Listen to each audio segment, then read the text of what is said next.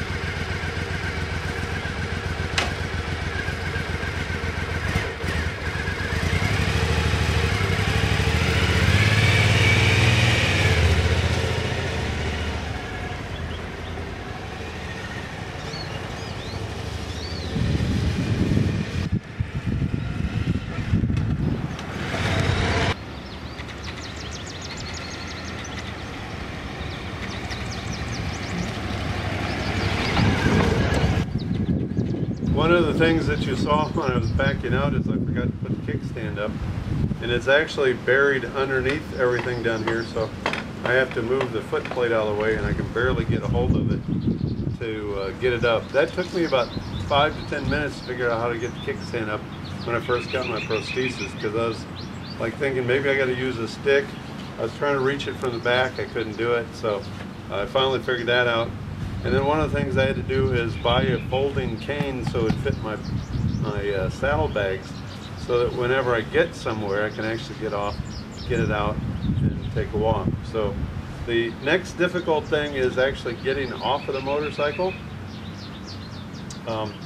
because I have to twist this leg. I have to get it just right so I can pivot on it, because what happens is I put a lot of torque on that knee as I get up and try to pivot. So that's the thing that I got to work on, is learning how to do that a little bit more smoothly.